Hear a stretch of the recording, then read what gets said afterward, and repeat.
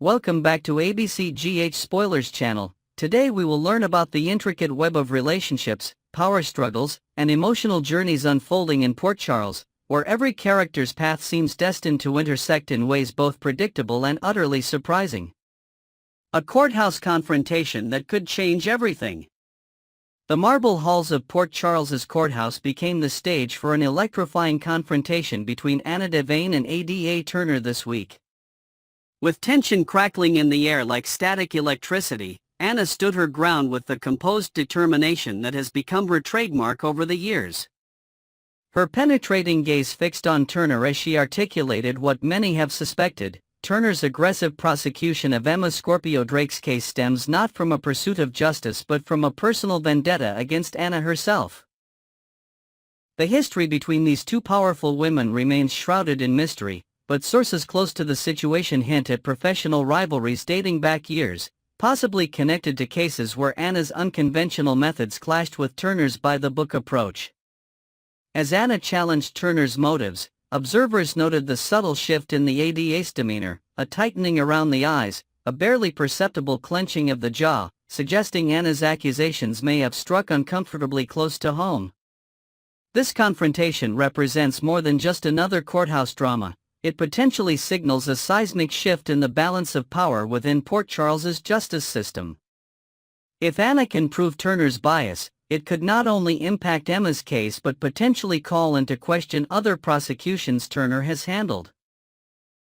Legal experts in town are already whispering about the implications, with some suggesting this could be the beginning of the end for Turner's career if Anna decides to pursue the matter formally. Youth, rebellion, and the consequences of principle. In a parallel drama playing out across town, Giovanni Gio Palmieri found himself in the unenviable position of being the voice of reason to a defiant Emma Scorpio Drake. Their heated exchange took place in the quiet corner of Kelly's Diner, where Joe's frustrated concern manifested in a series of increasingly exasperated questions about Emma's decision to defend the crypt despite her existing legal troubles. "What were you thinking?" Gio demanded, his voice a mixture of affection and exasperation. "You already have an arrest record. Do you have any idea what this could mean for your future?" Emma's response, a passionate defense of her actions based on principle rather than consequence, highlights the generational divide in approaches to justice and morality. For Emma, the daughter of two people who have consistently stood up for what's right regardless of personal cost, the decision to protect the crypt wasn't a choice but an obligation.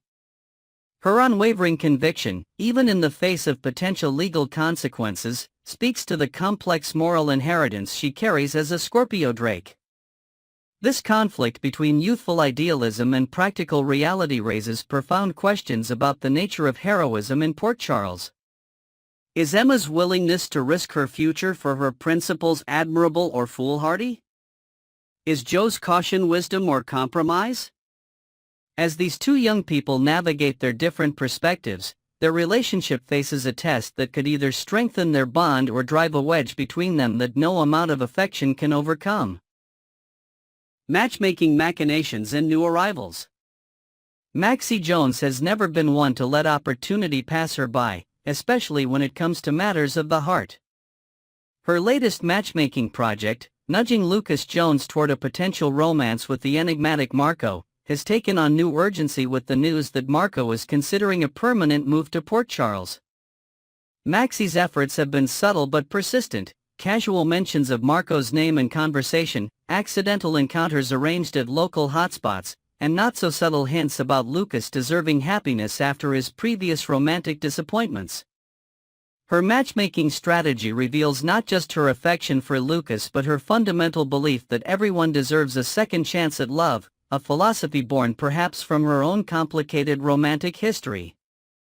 Marco's interview at Alexis Davis and Diane Miller's law office represents more than just a potential career move. It signals his integration into the fabric of Port Charles society. Diane's rigorous interview process, known throughout the legal community for its thoroughness and occasional brutality, will test not just Marco's legal acumen but his character and resilience. Sources close to the firm suggest that Diane was particularly interested in Marco's background and connections, asking questions that seemed designed to uncover more than just his professional qualifications. This development adds a fascinating new dimension to Port Charles's professional landscape, potentially shifting alliances and creating new power dynamics within the legal community. If Marco secures the position, he'll be working alongside two of the town's most formidable legal minds, a prospect that promises both professional growth and inevitable conflict as three strong personalities navigate shared space and competing priorities. Corporate politics and moral quandaries at Deception. The gleaming offices of Deception have become a battleground of principles versus pragmatism as Brooke Lynn Quartermaine continues to express reservations about Jen Sidwell's involvement in the company. The tension was palpable during yesterday's executive meeting, where Brooke Lynn's concerns about Sasha's kidnapping and Sidwell's potential connection to it clashed with Maxie's more business-focused perspective. "I understand your concerns," Maxie acknowledged during the heated discussion, "but Sasha herself has asked us to put Deception first. This is the opportunity we've been waiting for to expand our market share and challenge the industry leaders." Tracy Quartermaine's unexpected support for the Sidwell partnership adds another layer of complexity to the situation. Known for her ruthless business acumen and family-first mentality, Tracy's endorsement carries significant weight, but also raises questions about her motivations. Is she truly convinced of the partnership's value to Deception, or does she see an opportunity to advance Quartermaine interests through this alliance? The ethical dilemma facing Deception's leadership team reflects the broader questions of corporate responsibility that have increasingly come to the forefront in Port Charles's business community. How much moral compromise is acceptable in pursuit of success? At what point does pragmatism become complicity? As Brooke Lynn, Maxie, and Tracy navigate these questions, the future of Deception, and perhaps their own moral compasses, hangs in the balance. Boundaries in business, Sasha's stand. In a bold move that surprised many observers, Sasha Gilmore Corbin took the initiative to establish clear boundaries with Jen Sidwell following her acceptance of his $250,000 offer to resolve issues at Deception. Meeting in the neutral territory of the Metro Court restaurant, Sasha made it unequivocally clear that while she had accepted the financial arrangement, she was not for sale. "Let me be perfectly clear," Sasha stated, her voice steady despite the power imbalance between them. "This agreement has specific parameters. I won't be pressured into additional deals or arrangements that don't align with my values or interests."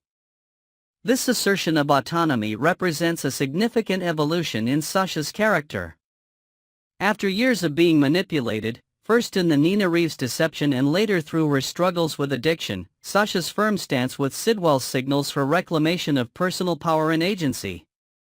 Industry insiders note that this kind of boundary setting is particularly remarkable given Sasha's vulnerable position following her personal and professional challenges. Sidwell's response to this declaration, a measured acknowledgement that revealed little of his true thoughts, leaves open the question of whether he will respect these boundaries or view them as obstacles to be overcome. His history suggests the latter, setting the stage for potential conflict as Sasha's determination to maintain her integrity collides with Sidwell's habitual disregard for others' limitations. Family secrets and shocking revelations. The revelation that Marco is the son of Jen Sidwell and Natalia Ramirez has sent shockwaves through Port Charles's social circles. This bombshell connection, long kept secret, threatens to reshape alliances and rivalries across the town's complex social landscape. Marco's planned visit to Windermere to reconnect with his father represents more than just a family reunion. It signals the potential unraveling of carefully constructed narratives that have protected reputations and preserved power for years. The questions surrounding this relationship are numerous and potentially explosive. Why was Marco's parentage kept secret? What does this connection mean for Sidwell's business dealings in Port Charles? And perhaps most intriguingly, how will this revelation impact Natalia's standing in the community? Genealogical connections have always carried significant weight in Port Charles, where family names like Quartermain, Cassadine, and Corinthos open doors and create expectations. Marco's newly revealed lineage places him at the intersection of power and privilege, potentially granting him access to social and financial resources while simultaneously burdening him with the complicated legacies of both his parents. As this family drama unfolds, the ripple effects will likely touch multiple storylines, creating new alliances and enmities that could reshape the town's social landscape for years to come. In Port Charles, blood has always been both blessing and curse, a truth Marco may soon discover firsthand. Health, friendship, and unwelcome interventions. What began as a casual lunch between old friends quickly transformed into something more akin to an intervention as Sonny Corinthos found himself subjected to Laura's well-intentioned but persistent questioning about his heart condition. The private dining room at the Metro Court provided little protection from Laura's concern, which manifested as a barrage of medical inquiries and increasingly direct advice about his delayed procedure. "Sonny," Laura said, her voice softening but her gaze remaining firm, "you can't keep putting this off. Too many people depend on you." This interaction highlights the complex web of care and obligation that binds Port Charles's residents, even as they navigate their own personal challenges. Laura's concern stems not just from friendship but from her position as mayor, a role that gives her unique insight into how Sonny's well-being impacts the broader community, regardless of his sometimes questionable business activities. Sonny's resistance to Laura's advice reveals his ongoing struggle with vulnerability and control. For a man whose identity has been built around strength and self-determination, acknowledging health limitations represents more than medical prudence. It requires a fundamental reconsideration of how he sees himself and his place in the world. His reluctance to proceed with the recommended treatment speaks to deeper fears about mortality and legacy that he has yet to fully confront. As Laura continues to press the issue, the question becomes not just whether Sonny will address his health concerns, but what this moment of vulnerability might reveal about his priorities and relationships. In a town where strength is currency, Sonny's health challenges may force a re-evaluation of what true power looks like. Romance, resistance, and secret pacts. The luxurious confines of Jack Brennan's suite have become a sanctuary for him and Carly Spencer, a private world where they can temporarily escape the judgments and complications waiting outside.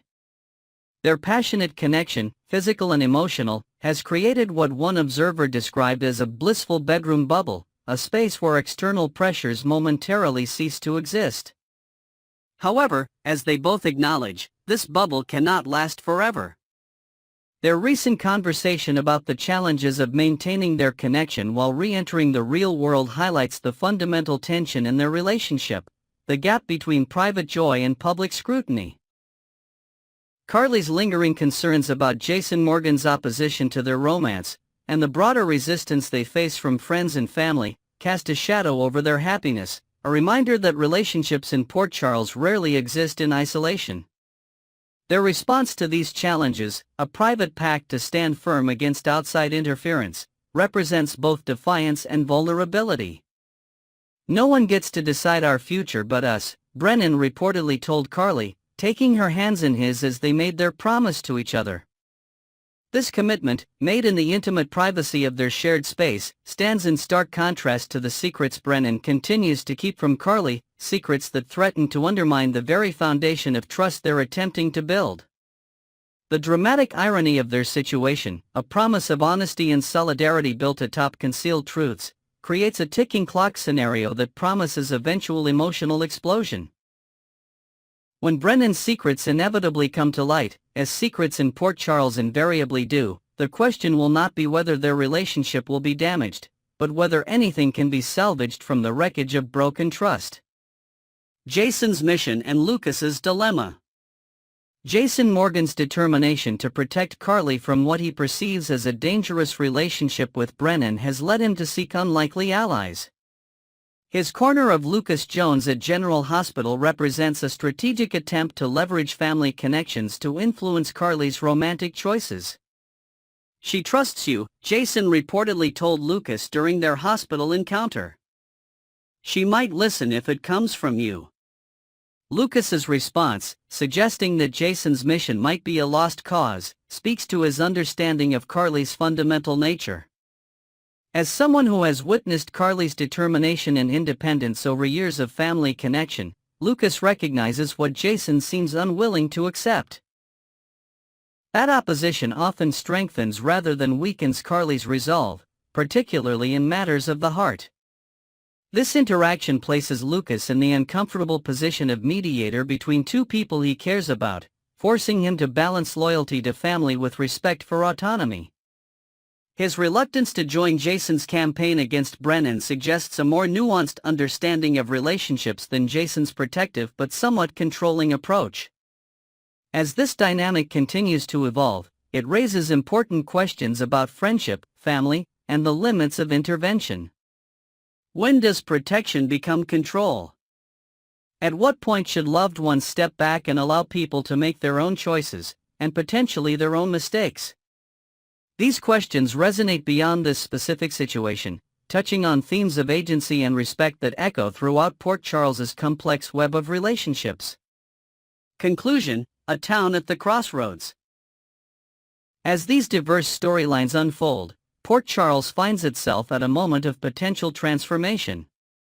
From courtroom confrontations to corporate power struggles, from health crises to hidden family connections, the town's residents navigate a landscape where personal choices carry public consequences and private secrets inevitably find their way into the light. The coming weeks promise resolution to some questions while inevitably raising others. Will Anna's confrontation with Turner change the trajectory of Emma's case? Can Deception's leadership find a path forward that balances business opportunity with ethical concerns? Will Sonny finally address his health issues, and what will that decision reveal about his priorities? And perhaps most poignantly, what will happen when Brennan's secrets finally come to light, as they inevitably must? In Port Charles, as in life, answers often lead to more complex questions, and resolutions frequently create new complications. As we continue to follow these intertwining stories, one thing remains certain: in this town where passion and power collide, nothing stays buried forever, and no one remains unchanged by the consequences of their choices.